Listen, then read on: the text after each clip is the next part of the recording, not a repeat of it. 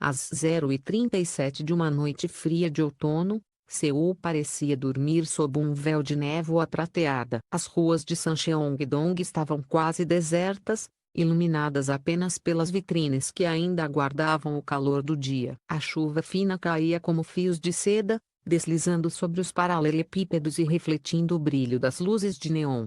E foi ali, entre sombras e reflexos, que duas silhuetas se cruzaram, como se o destino as tivesse convocado em segredo. Um carro preto parou discretamente em frente a um pequeno café fechado, onde a luz de dentro ainda tremeluzia.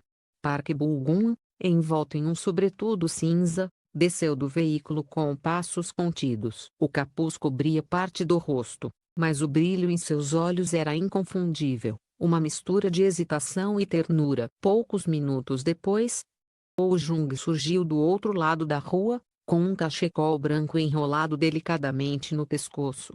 O cabelo solto dançava com o vento frio, e o som leve dos saltos ressoava no silêncio da madrugada. Ela sorriu ao vê-lo, um sorriso tímido, quase culpado, o tipo de sorriso que nasce quando o coração quer se esconder, mas o amor não permite. Bo-gum deu um passo à frente, hesitou, e depois abriu o guarda-chuva para protegê-la da chuva fina. Nenhum dos dois disse uma palavra. Àquela hora, não havia necessidade de explicações. O olhar deles bastava. O café atrás deles, a Noki Coffee House, ficava em um edifício antigo de madeira escura, no mesmo lugar onde, anos atrás, a equipe de filmagem de Love in Timon Lit havia se reunido para celebrar o último episódio. O destino, com sua ironia silenciosa, parecia ter trazido os dois de volta ao ponto de partida. O mesmo aroma de café torrado, a mesma brisa fria de outono, mas, desta vez, sem câmeras, sem aplausos. Roteiro.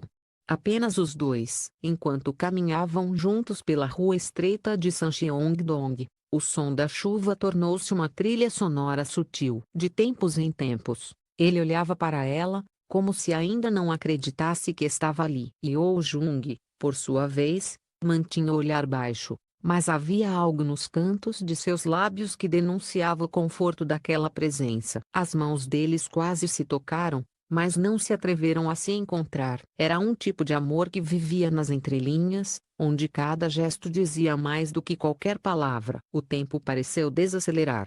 Luzes refletiam no chão molhado, o perfume do ar noturno misturava-se ao das flores secas das árvores ginkgo. E por um instante, Seul deixou de ser uma metrópole barulhenta para se transformar em um palco silencioso de um romance que ninguém deveria ver. Mas não era a primeira vez que os caminhos de Bo-gum e Ho Jung se cruzavam fora das câmeras. Desde 2016, quando dividiram a tela no drama que conquistou milhões de corações, os rumores sobre a química real entre eles nunca cessaram. Na época, ambos eram jovens demais, e a fama parecia um oceano intransponível entre dois navios.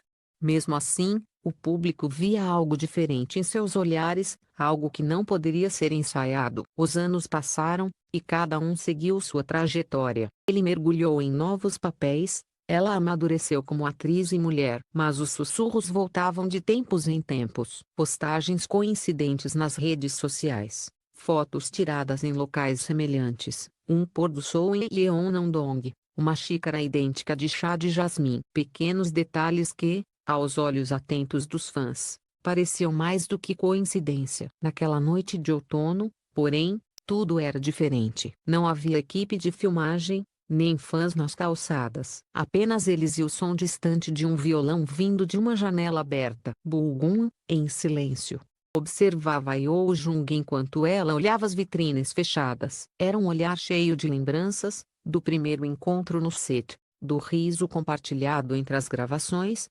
despedidas contidas quando as luzes da câmera se apagavam. Ele finalmente falou, com voz baixa, quase inaudível: "Faz tempo." Ela respondeu, sem encará-lo: "Sim. Tempo demais." Entre as palavras pairava uma saudade que não pedia permissão para existir. E foi nesse instante que o flash de uma câmera rompeu a quietude da noite. Um estalo rápido, imperceptível, mas suficiente para alterar o destino. Nenhum dos dois percebeu de onde veio. Um fotógrafo, escondido atrás de uma van estacionada.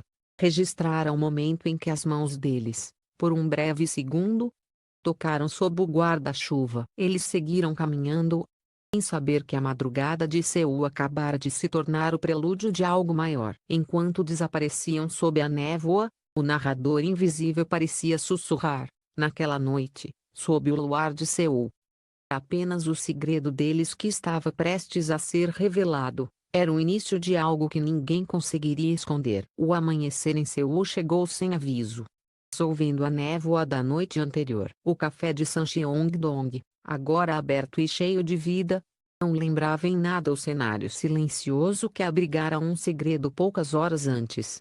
Mas, enquanto as pessoas pediam cappuccinos e tiravam fotos de bolos, algo maior fervia nas redes sociais. As imagens de Park Bo-gum e Kyo Jung caminhando juntos sob o mesmo guarda-chuva tomaram conta da internet como fogo em palha seca. Os primeiros sites de entretenimento coreanos publicaram as fotos às 6h45, com manchetes cintilantes: encontro à meia-noite, o amor floresce entre os protagonistas de Love and Timon Lead. Em menos de uma hora, os comentários explodiram. O nome de ambos atingiu o topo dos trending topics no Twitter coreano, e fãs de todo o mundo traduziam, compartilhavam, analisavam cada pichel das imagens. Ele mesmo? Ela está segurando o guarda-chuva? Isso é amor ou apenas coincidência? A curiosidade coletiva transformou-se em uma onda de emoção, choque e, para alguns, nostalgia. Como se uma antiga fantasia de 2016 tivesse finalmente se tornado realidade. As empresas de ambos reagiram rápido. Às 9h12, os comunicados oficiais começaram a circular. Park Bo-gum e Kyo Jung mantêm uma relação de amizade próxima, construída ao longo dos anos desde o drama Love and Timon Lead. Não há envolvimento romântico entre eles. A frieza das palavras não convencia. Havia algo nas imagens, um gesto, um olhar, modo como as sombras se encontravam, que contrariava qualquer tentativa de negação. O público não via escândalo, via poesia. Os atores que cresceram diante das câmeras e, talvez, encontraram um ao outro quando ninguém estava olhando. Enquanto a imprensa seguia em frenesi, Seul continuava seu ritmo. Bo-gum foi visto entrando discretamente em um estúdio de gravação no bairro de Mapo-gu, evitando os repórteres que o aguardavam do lado de fora. Do outro lado da cidade, Kyo Jung encerrava uma sessão de fotos para uma revista em Gangnam, sorrindo com delicadeza, mas com o olhar distante. Os dois permaneceram em silêncio. E o silêncio, em tempos de curiosidade digital, é mais ensurdecedor do que qualquer resposta. Bastidores, pessoas próximas contaram versões conflitantes. Um amigo em comum teria dito que os dois se reencontraram recentemente por acaso durante um evento beneficente. Outros afirmavam que o contato nunca havia sido completamente interrompido, mensagens trocadas em aniversários, flores enviadas discretamente, conversas que começavam com "como você está?" e terminavam com um cuide-se. Era o tipo de relação que existia nas brechas entre o público e o privado, entre o que se mostra e o que se sente.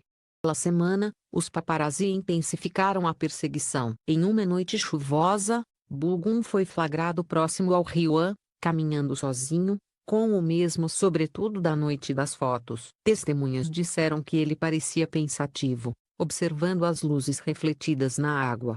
No dia seguinte, Kyo Jung publicou uma imagem no Instagram, um céu escuro salpicado de estrelas sobre o mesmo rio, acompanhada de uma legenda curta traço: "Em todas as estrelas precisam ser vistas para brilhar." A frase foi compartilhada mais de 100.000 vezes em poucas horas. Alguns leram como um recado silencioso, outros, como poesia pura. Mas todos sentiram a melancolia escondida entre as palavras. A pressão aumentou.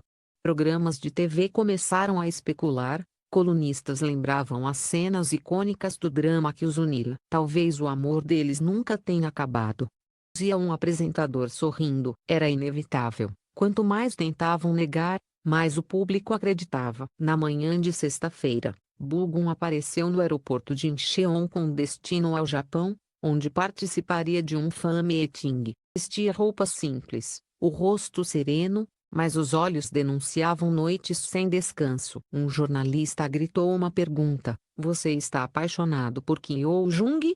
É. Em resposta, ele apenas sorriu. Um sorriso que não dizia sim nem não, apenas confirmava que algo, em algum nível, existia. No mesmo horário, Yo-jung encerrava uma gravação em um estúdio de Yeouido.